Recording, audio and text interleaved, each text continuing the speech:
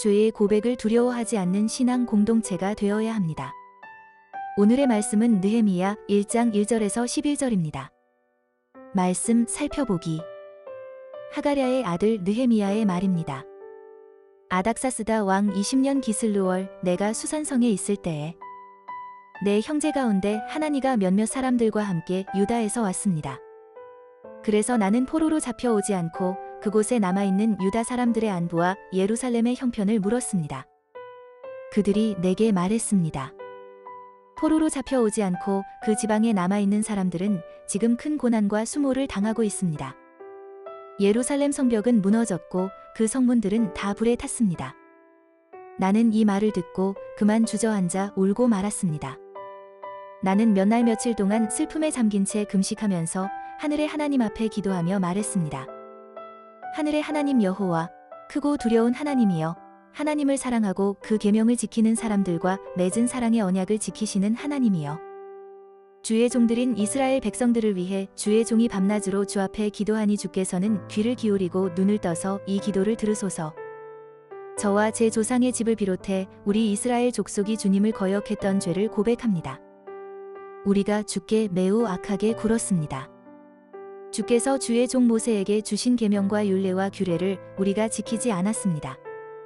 주께서 주의 종 모세에게 하신 말씀을 기억하소서. 너희가 만약 죄를 지으면 내가 너희를 여러 민족들 가운데로 흩어버릴 것이고 만약 너희가 내게 돌아와 내 계명을 지키면 너희 포로된 사람들이 하늘 끝에 있더라도 내가 그들을 거기에서부터 불러 모아 내 이름을 위해 선택해 놓은 곳으로 데려올 것이다 라고 하시지 않았습니까? 그들은 주께서 주의 큰 능력과 주의 강한 손으로 구속하신 주의 종이요 주의 백성들입니다. 주여, 이 종의 기도와 주의 이름을 경외하기를 기뻐하는 주의 종들의 기도에 귀를 기울이소서. 오늘 주의 종이 이 사람 앞에서 은총을 입고 잘되게 하소서. 그때 나는 왕에게 술을 따라 올리는 사람이었습니다. 오늘의 팁. 1절 느헤미야. 여호와께서 위로하셨다라는 뜻의 이름입니다. 1절 기슬루월. 유대력으로 11월 중순부터 12월 중순까지의 기간입니다. 1절 수산성. 페르시아 왕들이 겨울에 지내던 성입니다. 11절 왕에게 술을 따라 올리는 사람. 술관원의 임무는 왕이 먹고 마시는 모든 음식물의 안전을 확인하는 것입니다. 그러므로 술관원은 왕의 총애를 받는 사람이 맡았습니다. 말씀 이해하기. 오늘의 본문은 예루살렘의 상황을 전해 들은 느헤미야가 슬퍼하며 하나님께 기도한 내용입니다.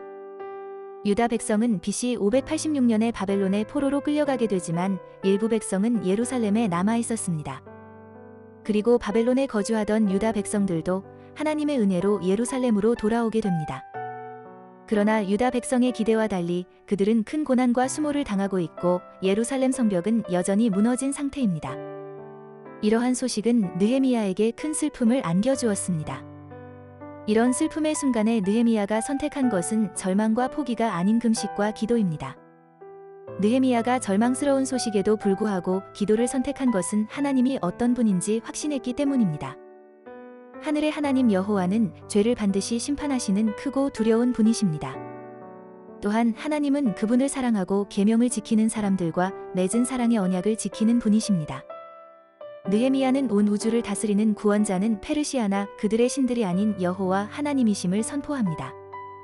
그리고 그 하나님은 자신의 백성을 결코 잊지 않는 긍휼의 하나님이심을 찬양합니다. 하나님을 찬양한 느헤미야는 즉시 자신과 이스라엘의 죄를 고백합니다. 이스라엘에게 고난이 찾아온 이유는 이들이 하나님의 명령을 지키지 않았기 때문입니다. 느헤미야는 불행의 책임이 하나님이 아닌 이스라엘 백성에게 있다는 것을 분명히 합니다. 그러나 이스라엘의 죄를 고백하는 느헤미야에게 하나님의 약속에 근거한 소망이 있었습니다. 하나님은 자신에게 돌아와 하나님의 계명을 지키는 백성들을 회복시켜 주겠다고 언약하셨습니다. 그리고 하나님은 자기 백성을 긍휼히 여기실 뿐 아니라 자신의 언약을 성실히 지키시는 신실하신 하나님이십니다. 하나님은 자신의 백성과 맺은 언약을 기억해 달라는 느헤미야의 기도에 응답하십니다. 느헤미야는 하나님 나라 공동체의 절망스러운 상황에 하나님 백성이 무엇을 선택해야 하는지를 보여줍니다. 그것은 언약을 지키시며 자기 백성을 긍휼히 여기시는 하나님을 신뢰하는 기도입니다. 하나님을 향한 신뢰의 기도는 하나님의 신실하심과 긍휼을 통하여 신앙 공동체의 회복을 이루게 합니다. 그러나 이러한 기도에는 죄에 대한 온전한 고백이 함께 있어야만 합니다.